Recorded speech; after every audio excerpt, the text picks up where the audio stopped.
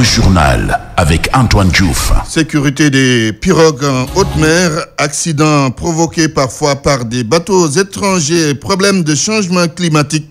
Les pêcheurs sénégalais sont très souvent en difficulté dans leurs activités, d'où les nombreux cas de pertes en vies humaines. Des questions que notre correspondant à Saint-Louis a abordées avec le responsable des syndicats de pêcheurs de Saint-Louis, Cher Sidat Ndiaye, avec Momar Alisnian.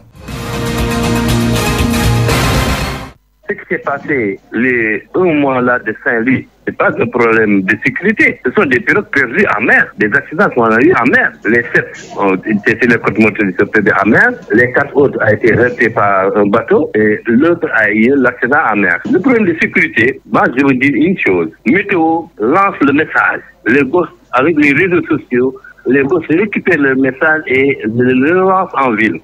Il y a la sensibilisation. Par exemple, la première sensibilisation, c'est au niveau des mosquées. Gendar dispose beaucoup de mosquées. Et sur les milliards, il y a une alerte, une lampe rouge qu'on allume là-bas. S'il y a des problèmes, la lampe sera rouge. Et il y a des drapeaux aussi qu'on met que les gens des Hermanni protégés ou les gars du CLPA présentent. Ça, c'est pour alerter les pêcheurs. Et deuxièmement, l'information passe au niveau des guet-bass. De la langue de Barbarie, les gens sont informés dans ce sens-là pour une sécurité des mers. Il y a un autre problème, il y a le changement du climat. Et aussi, il y a un changement climatique qui le trouve à des kilomètres et des kilomètres en mer. Et si l'information passe, ils ne sont pas au courant. C'est ça le problème. On a entendu le ministre de la Pêche remarquer dire qu'aujourd'hui, par rapport surtout à cette question de sécurité, le gouvernement a fait énormément d'efforts. Ça, tout le monde le sait que le gouvernement a fait énormément d'efforts. Mais je veux que Oumar Gueye s'arrête vraiment.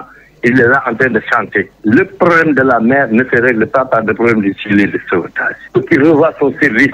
Il revoit ses services. Il y a le problème de navigation et encore l'encadrement au niveau de ce service. Et il y a un autre volet qui est la formation des pannes de moteurs en mer. C'est ça se pose problème de temps en temps. Parce que le matériel qu'il a adressé, c'est des matériels qu'il avait depuis les temps des colons. Moi, je veux dire une chose. Il y a des dispositions sécuritaires à prendre. Par exemple, s'il dit que le gouvernement a fait des efforts en donnant des gilets. Par contre, il y a des gilets qui coûtent 15 000. Il y a une exonération que les gens l'achètent à 2 000, mais c'est de mauvaise qualité. Ce n'est pas de bonne qualité. Parce qu'il faut la qualité que la quantité. Il y a des gilets que si tu le vois, tu l'ouvres le paquet, ça se décide devant toi. Mais les gilets ne règlent pas le problème de la pêche. C'est vrai. OK. Saint-Louis a payé donc ces dernières semaines un lourd tribut à la mer. Presque une vingtaine de pêcheurs ont laissé leur vie dans le Grand Bleu. La banlieue dakaroise, lieu où les agressions et autres vols à l'arraché font légion, même en plein jour, il y en a. Une insécurité que beaucoup ont constatée dans la zone de Pikine. Voici le reportage de Mamadou Lamine Fati.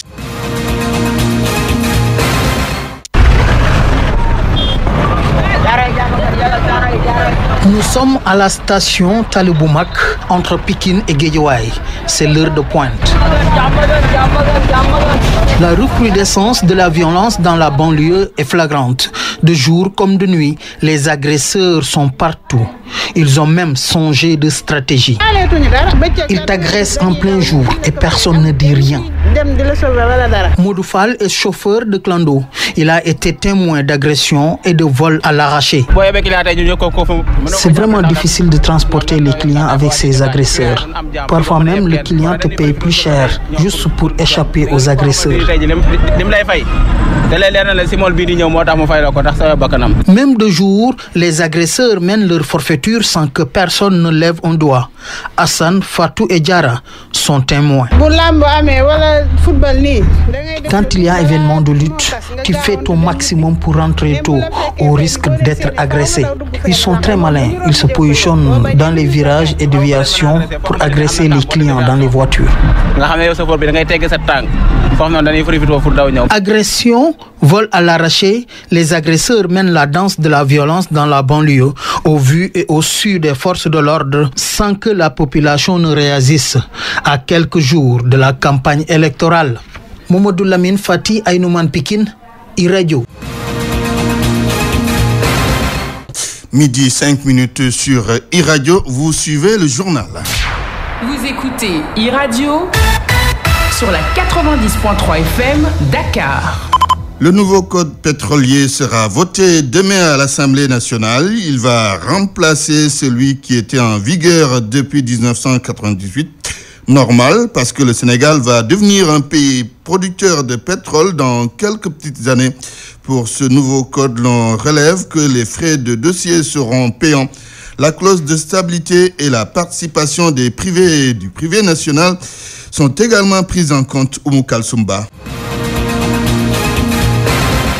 Après les législations de 1960, 1986, 1998, le Sénégal dispose d'un nouveau code pétrolier, un projet en gestation depuis 2016. L'ancien code pétrolier a été élaboré dans un contexte de chute du baril, le prix à l'époque fixé à $20. Les investisseurs n'avaient pas voulu prendre le risque d'explorer le bassin sédimentaire sénégalais pour converger vers des zones au potentiel comme le golfe de Guinée. Ainsi, le bonus de production était non recevable, les frais d'inscription inexistants.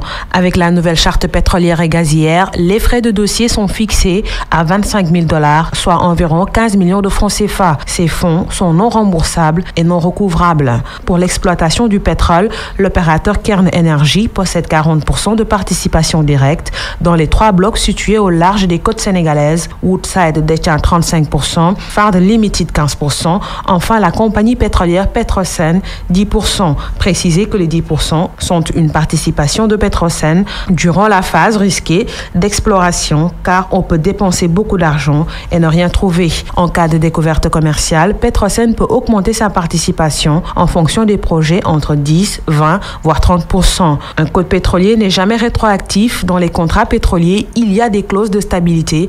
Une fois que la compagnie s'engage, les conditions restent pérennes. L'article 8 du code exclut désormais les personnes physiques au profit des personnes morales et des sociétés de capitaux. Une disposition particulière de l'article 58 aboude la participation des privés nationaux aux risques et résultats des opérations pétrolières. L'aéroport Blaise Diagne de Ndiass est une véritable aubaine pour les Thiessois. Avant l'ouverture de l'AIBD, il fallait quitter Thiès la veille, passer la nuit à Dakar pour prendre l'avion à Léopold Sédar Senghor. S'il faut voyager, bien sûr, mais tout cela n'est qu'un vieux souvenir parce que Ndiass est à quelques petits kilomètres de la capitale du rail. Le reportage de notre correspondant Isidore Alexandre Sen. Tamsir Bolebach vit à l'étranger avec sa famille. C'est un habitué des airs, mais aussi de l'aéroport Léopold Sédar Senghor. Sauf contre Dakar et Thiès, Tamsir s'est levé un peu tôt pour ne pas rater son vol. Au temps de l'aéroport Léopold Senghor, il y avait des moments où, par exemple, si tu devais voyager à 3h ou à 5h du matin, il fallait partir un peu plus tôt, vers minuit comme ça. Ça t'oblige à passer presque la nuit à Dakar. Maintenant, nous qui sommes de Thiès et des provinces, vraiment, nous sommes bien servis. Dakar désengorgé, Thiès y voit son compte. La proximité avec le nouvel aéroport Blaise Diagne, un gain de temps pour les Thiessois. Maintenant, avec l'aéroport de Ndiass, nous sommes bien servis parce qu'il nous faut de 15 à 20 minutes pour y arriver. Même à 5h ou à 3h du matin, bon, tu peux quitter ici 4h du matin ou 3h, tu arrives à temps. Et la Ibrahima Ba n'a jamais fait le voyage à partir de l'aéroport international Blaise Diagne. Toutefois, il trouve le bijou bénéfique pour les habitants de la capitale du rail et au-delà. Pour le moment, je n'ai pas eu la chance de décoller à partir de l'aéroport international Blaise Diagne. En 2014, j'ai été à la Mecque. En 2016, j'ai été au Maroc. On quittait Mboro, on allait directement à Dakar Yoff. Ensuite, on prenait le vol. Ce qui est sûr que si jamais l'occasion se présentait à moi, cette fois-ci, je préférerais prendre l'avion à partir de l'aéroport international Blaise Diagne. Non seulement il n'est pas loin, la distance de Thiès à Dakar se raccourcit à moitié. L'autre opportunité, c'est l'aspect emploi. De l'avis de nos interlocuteurs, les Thiessois qui travaillent à l'aéroport ne sont plus obligés de résider à Dakar. Isidore Alexandre Sen, Thiès, iRadio. Le programme d'appui aux communes et agglomérations du Sénégal a financé la mairie de Ziguinchor à hauteur de 5 milliards 90 millions de francs CFA. Cet argent va d'abord servir à moderniser la voirie dans la commune et à réhabiliter le stade Jules-François Bocandé et à construire également des infrastructures modernes, selon Abdoulaye Baldé, le maire de Ziguinchor. Ce financement entre dans le cadre de l'acte 3 de la décentralisation. Je vous propose d'écouter Abdoulaye Baldé au micro d'Iradio. Nous avons nous-mêmes, moi en tant que maire et en compagnie du conseil municipal bien entendu, décidé d'affecter une bonne partie de l'enveloppe des 5 milliards 90 millions de francs CFA, une bonne partie à la voirie, ce qui nous permettra de réhabiliter une bonne partie de la voirie au niveau des HLM Néma, de faire de la voirie au niveau d'un certain nombre de quartiers, de Santiaba, de Tilène, de Camp Saoudi, mais aussi d'un certain nombre de quartiers comme Boucotte Sud et puis d'autres quartiers au niveau de la commune. C'est sur un linéaire d'à peu près 7 km. Réhabiliter le stade Jules-François Bertrand Bocandé, nous n'en avons pas parlé, pour poser le gazon, mais aussi de construire un centre pour les jeunes au niveau de Camp Saoudi, mais surtout de construire ce complexe qui s'appelle, que j'ai trouvé le nom de Ziguinchor City Center, où va se concentrer énormément d'activités et beaucoup d'infrastructures qui tournent autour de l'ensemble du domaine de l'activité, pratiquement la commune. Ça va intéresser aussi bien les artistes, les sportifs, les familles, mais aussi les jeunes et les étudiants dans le cadre de la formation, parce qu'il y a un incubateur, il y a des restaurants, il y a une piscine, il y aura des centres pour les arts martiaux, le volleyball, le handball, mais aussi un centre d'hébergement. C'est un projet important et dont le coût total va avoisiner les 1 milliard de francs CFA. E-Radio, les infos d'ici et d'ailleurs. La stabilité du Sénégal préoccupe tous les citoyens du pays et pour conjurer le mauvais sort, l'association des imams et oulémas du Sénégal a pris pour que la paix règne avant, pendant et après l'élection présidentielle que le Sénégal s'apprête à vivre le 24 février 2019. C'est à l'Institut islamique de Dakar que la cérémonie est organisée. Nous y reviendrons. Fini les délais pour le dépôt des listes des plénipotentiaires des candidats à l'élection présidentielle au niveau national depuis hier à minuit. Mais pour la diaspora, il y a quelques petits soucis puisque les délais sont jugés courts par les mandataires des candidats. Certes, ils bénéficient d'une prolongation, mais ils devront s'y atteler le plus rapidement possible s'ils ne veulent pas être forclos. Baba Ndiaye.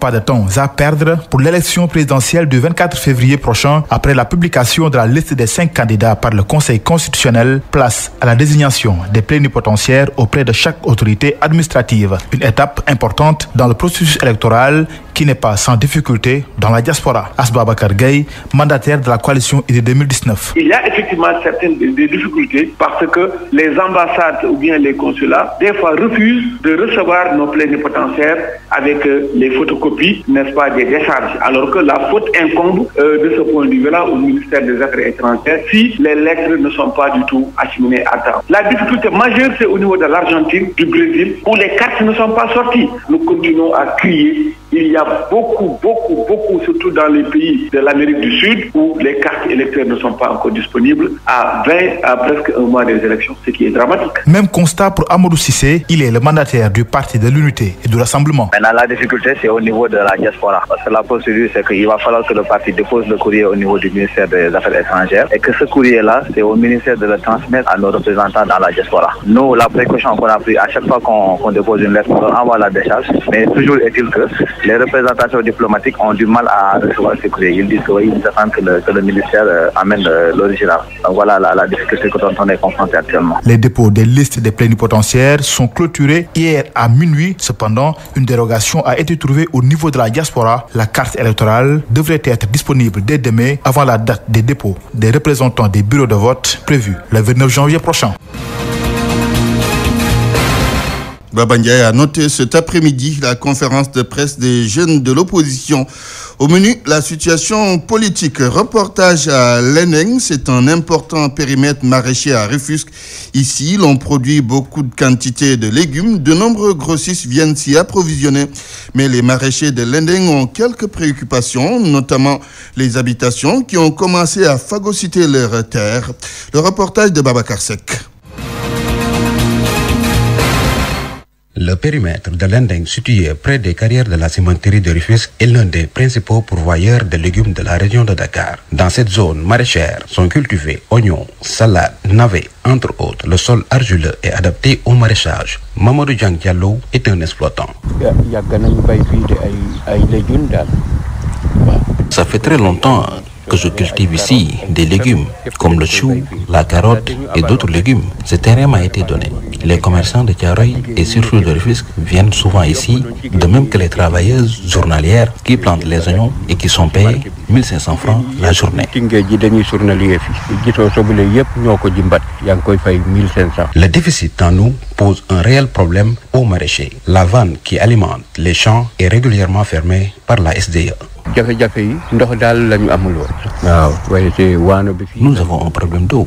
La vanne est fermée par la SDE pour fournir les maisons. Depuis 5 ans, c'est la même chose. Heureusement que le sol n'a pas besoin de beaucoup d'eau.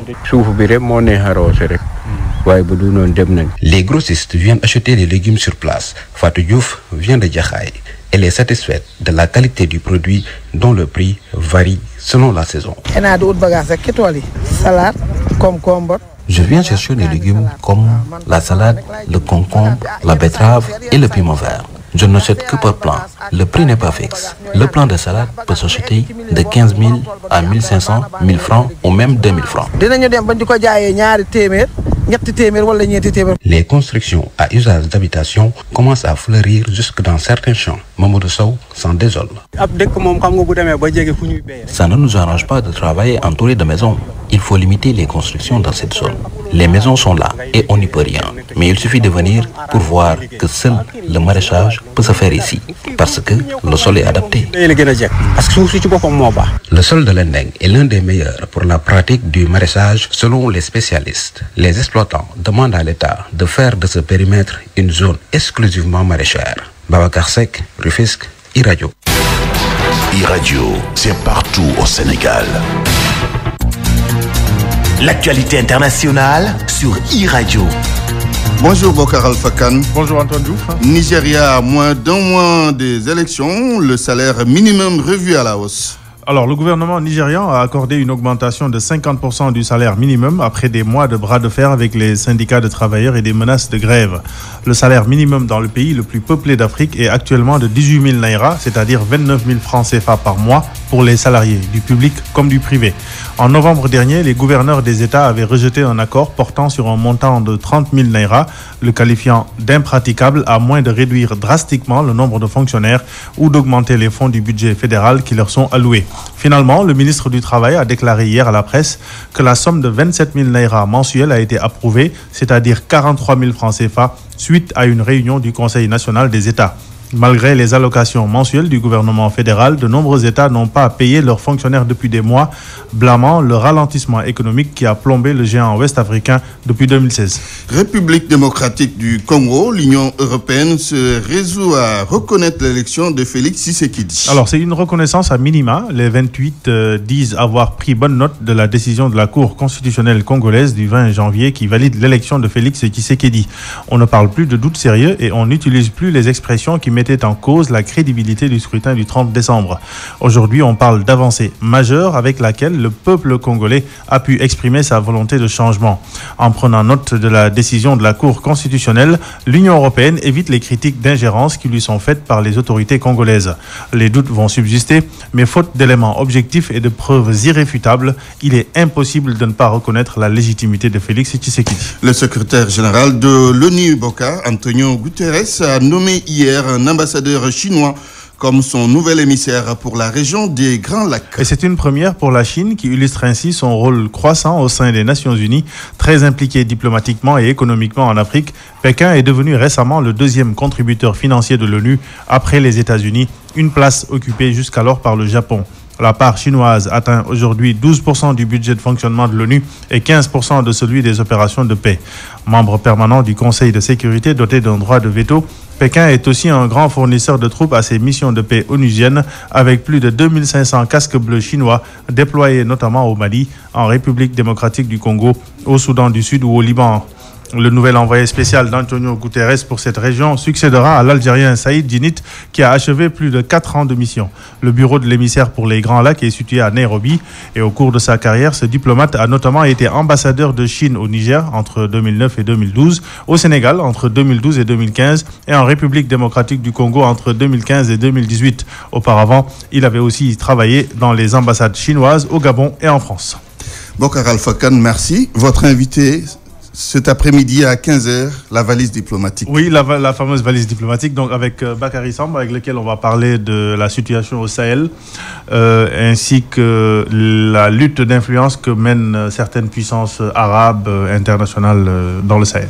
Merci Bokar. Rendez-vous à 15h. Le journal des sports de iRadio.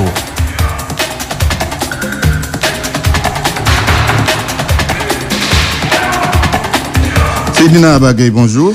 Bonjour Antoine. La page des sports que nous ouvrons avec du football, championnat national de Ligue 1, les entraîneurs pas à la fête. Si certains sont sur siège éjectable, d'autres ont été obligés de rendre le tablier à cause des crises de résultats que traverse leur club. Le dernier cas en date est celui du Ndiambour de Louga, dernier cas en date et premier de la classe en termes de changement d'entraîneur. Plus de détails avec Pape Malik Diaw.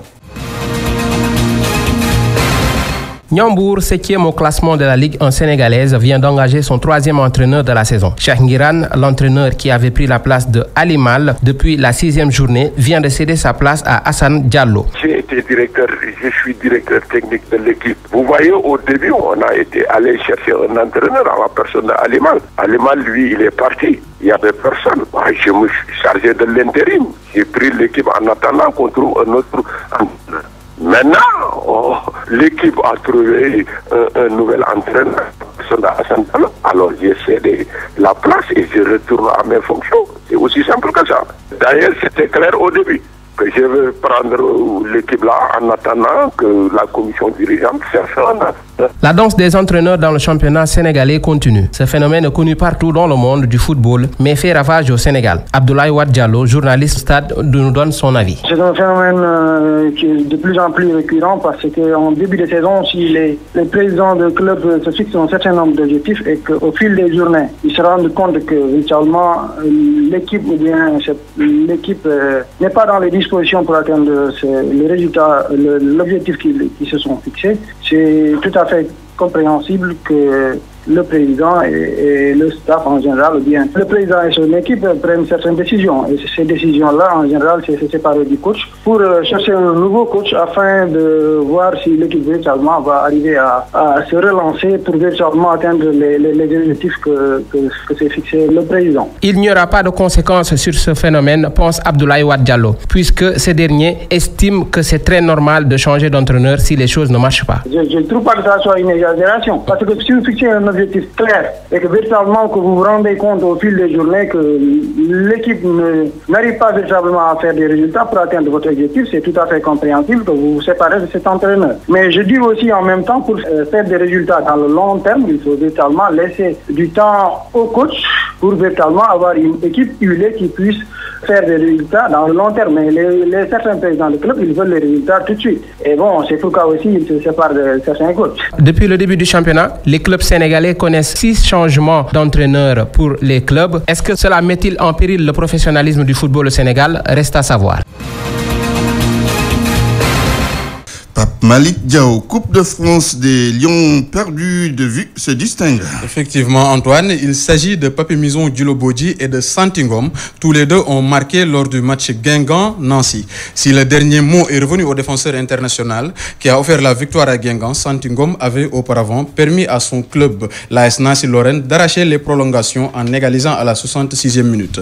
Avant son but, Guingamp faisait la course en tête grâce à une réalisation de Rodelin.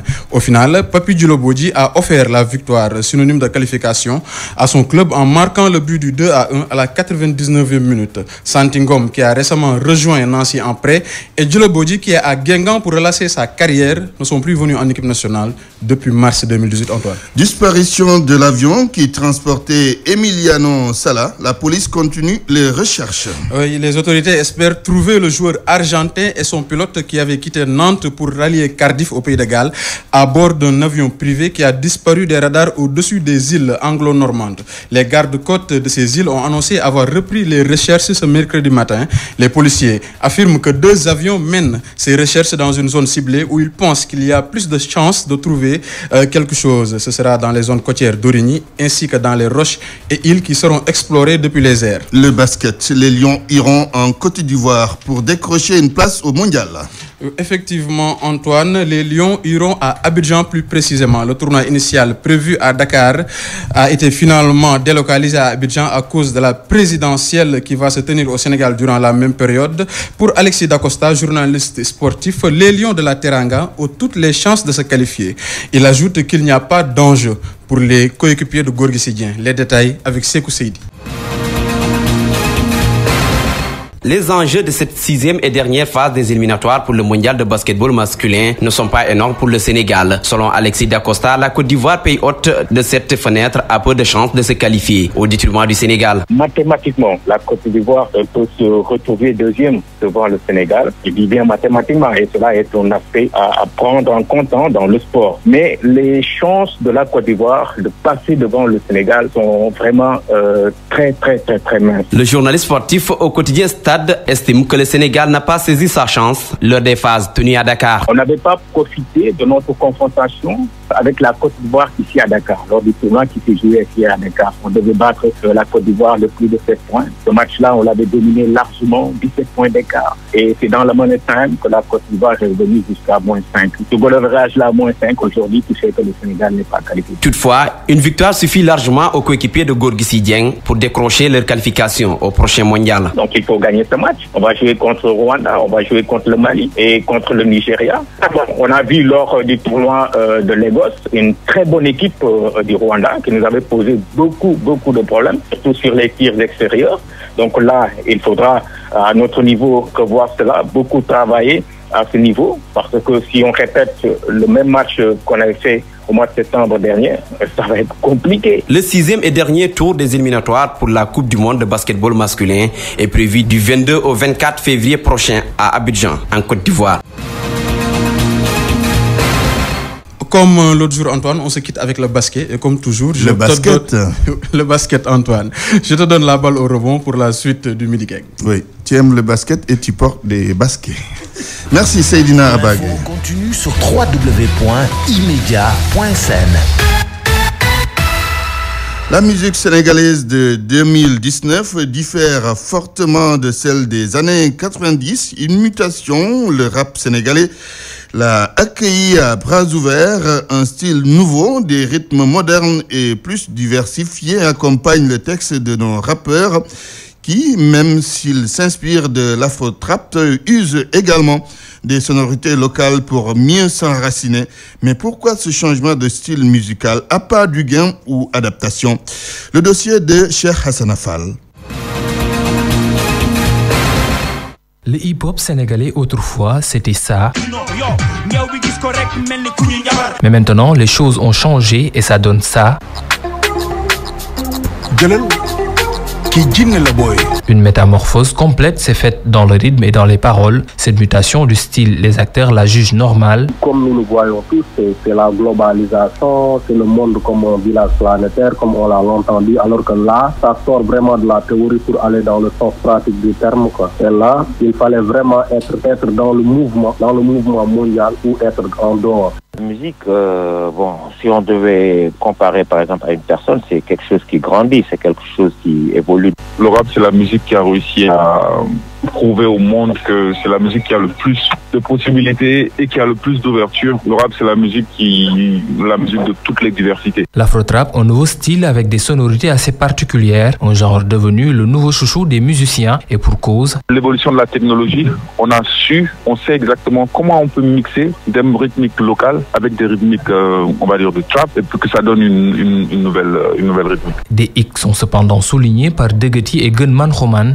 Malheureusement, on n'a pas encore beaucoup d'intérêt des majors sur la musique, pour la musique sénégalaise.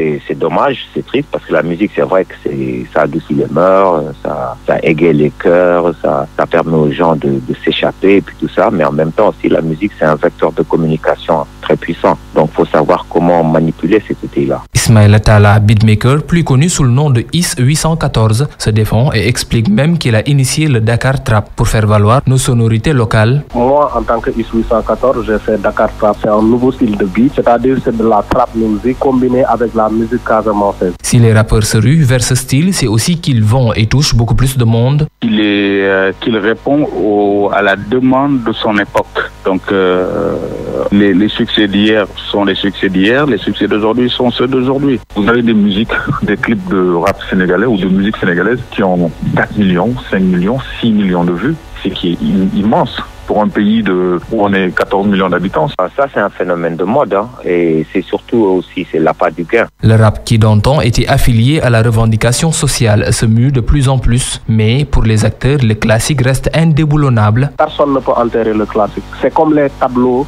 de Léonard de Vinci. Personne ne peut rien contre ça. Engagé existe toujours. C'est pas le plus populaire, c'est clair, mais c'est normal, c'est une évolution. Du style rude et coriace, le rap galsen a muté pour aller vers le sentimental et l'ambiance, une motivation qui, selon ses acteurs, est motivée par la quête d'un plus large public, la modernité, mais aussi l'appât du gain. Cher Hassan Affal, merci. Le dernier acte de ce journal, c'est dans un instant. GD16 vous offre la revue de presse. La presse du jour passée en revue par Ousmane Gueye. Et si Madické Niang était le plan B du Parti démocratique sénégalais pour la présidentielle? En tous les cas, le Saint-Louisien, en l'absence d'une candidature libérale, a fini par s'imposer comme l'homme du PDS, relève la Tribune. N'en déplaise à Abdoulaye Wade, l'ancien ministre des Affaires étrangères du Sénégal a pu convaincre beaucoup de hauts responsables libéraux. La Tribune, reprenant Mamadou Lamine Massali, écrit que Maître Madické Niang, qui a réussi à faire valider sa candidature à la surprise générale, risque de dégarnir les rangs du Parti démocratique sénégalais. L'avocat aura-t-il enfin la bénédiction d'Abdoulaye Wade maintenant que Karim Meïssa Wade est définitivement exclu du scrutin du 24 février? Sans répondre à la question, le témoin s'attarde plutôt sur les raisons qui ont perdu le seul et unique candidat des libéraux.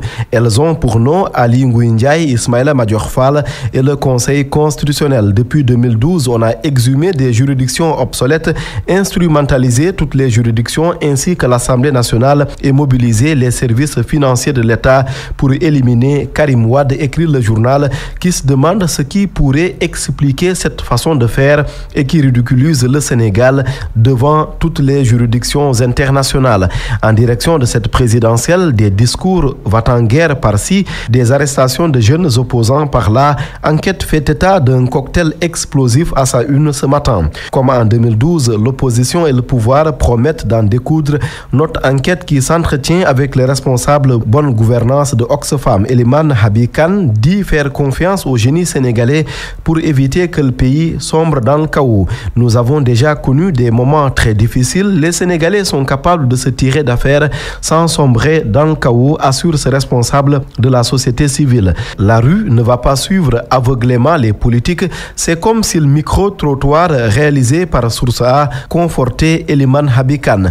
Mais ce qui ressort le plus de ces prises de parole, c'est que les patrons de l'opposition ont la fâcheuse habitude d'envoyer les fils d'autrui à la place des leurs dans les manifestations. Moustapha Gaye, un ancien fonctionnaire, d'inviter les leaders du collectif des 25 candidats à prendre les devants, d'abord avec leur famille s'ils veulent être ensuite suivis. Saliou, plus catégorique, jamais je ne répondrai à l'appel de l'opposition dont la plupart ont déjà réussi leur vie. Et les proches de Khalifa Boubacar Sall, recherchés par la police, plus que leur présent, leur avenir serait-il compromis? D'après Source A, El Hadj Habib Mboub, Pape Konaré et Aruna Sall, soupçonnés d'avoir trempé dans le feu d'artifice ayant grièvement atteint une des personnes présentes au meeting de Marilo, la fille de Ismaël Lo, eh bien les trois hommes devraient chercher d'excellents avocats. Source A révèle que la victime qui avait pris feu lutte contre la mort au service des urgences de l'hôpital principal de Dakar. Et c'est dans ce contexte préélectoral visiblement tendu que l'Église sermonne la classe politique, pour reprendre Sud Quotidien. À la page 3 du journal, Monseigneur Benjamin Ndiaye, l'archevêque de Dakar, appelle les acteurs politiques au calme et à la responsabilité. Macky Sall a-t-il entendu cet appel parce que le chef de l'État était hier en déplacement pour l'inauguration des axes AIBD Mbour et AIBD Thiès? Le président de la République, soucieux de la sécurité sur l'autoroute à péage a demandé au ministre des Infrastructures et des Transports terrestres de prendre toutes les mesures pour que les mauvais comportements soient bannis, non sans annoncer la baisse du coût du péage de 3 000 à 2 000 francs CFA entre Dakar et l'aéroport de Diass. Hausse des prix du pain pendant que l'on parle de baisse sur la route. Hausse donc des prix du pain, ça ne passera pas. Le niet catégorique du directeur du commerce à la une de Enquête. Enquête qui s'intéresse également à l'affaire des pêcheurs décédés à Mbour. Un des rescapés, Mamadou Ba, retrace le film du drame. C'est quand le moteur a commencé à siffler fort que nous avons constaté que la pirogue prenait l'eau. Et pendant ce temps, Libération consacre sa une à ce qu'il appelle un scandale sans précédent. Un scandale qui a pour nom Philippe Maurice. Les cigarettes vendues au Sénégal présentent des taux de particules totales de nicotine et de monoxyde de carbone plus élevés que celles destinées au marché suisse et européen. GD16 vous a offert la revue de presse. C'est la fin de cette édition. Je vous rappelle les principaux titres. Climat politique tendu, des appréhensions par rapport à la stabilité du pays. À quelques jours de l'élection présidentielle, l'association des imams et oulémas du Sénégal prie pour la paix avant, pendant et après le scrutin du 24 février prochain. Élection présidentielle de 2019 toujours, désignation de plénipotentiaires des candidats au niveau de la diaspora. Les états-majors font la course contre la montre. Le temps qui leur reste semble très court. Pourtant, une prolongation leur a été accordée. Quelques-uns d'entre eux ont expliqué la situation dans ce midi. Un nouveau code pétrolier pour le Sénégal, des innovations pour s'adapter aux changements actuels. Le texte passe demain à l'Assemblée nationale. iRadio vous a livré quelques détails. Le dossier du jour, c'était sur les mutations du rap sénégalais. Un style nouveau, des rythmes modernes, c'est le temps de l'adaptation. Et puis, actualité internationale, le président Buhari augmente le SMIC au Nigeria, une mesure qui intervient à quelques jours de l'élection présidentielle prévue en février. Journal présenté par Antoine Diouf à la technique Insensec, réalisation Mohamed Kandji, 13h Hassan Top pour la grande édition. À 13h donc, ce sera avec Hassan Top. Tout de suite, Salimto suivra de 19 le journal de la présidentielle et puis il y aura Dialgati Kibar. Excellent après-midi à toutes et à tous.